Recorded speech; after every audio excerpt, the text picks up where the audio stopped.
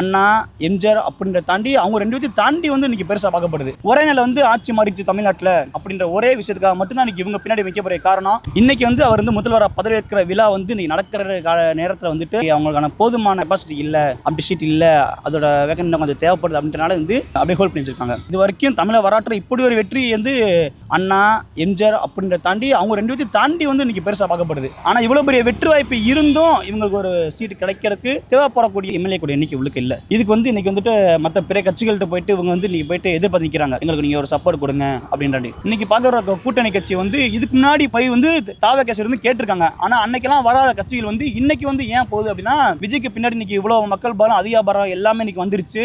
ஒரே நாள் வந்து ஆட்சி மாறிச்சு தமிழ்நாட்டில் அப்படின்ற ஒரே விஷயத்துக்காக மட்டும்தான் இன்னைக்கு இவங்க பின்னாடி வைக்கப்படுற காரணம். இன்னைக்கு சிஎம் ஆப்ஷன் வர்றது வேற, அதுவும் இதாயிடுச்சு. நேற்று அவர் ஜெயிச்சிட்டாரு அப்படின்ற விஷயம் தெரிஞ்ச அன்னைக்கு நைட்டே வந்து கான்வே டீம் போனா ஃபுல்லா வந்து விஜய் வீட்டுக்கு போயிருச்சு. ஆனா இன்னைக்கு பாத்தீங்க அப்படின்னா அந்த டீம் வந்து இன்னைக்கு வந்து கேன்சல் ஆயிடுச்சு, திருப்பி வாபஸ் வாங்கிட்டாங்க. ஸோ அதுவும் வந்து அவருக்கு பெரிய ஒரு ஏமாற்றமா இருக்கும்.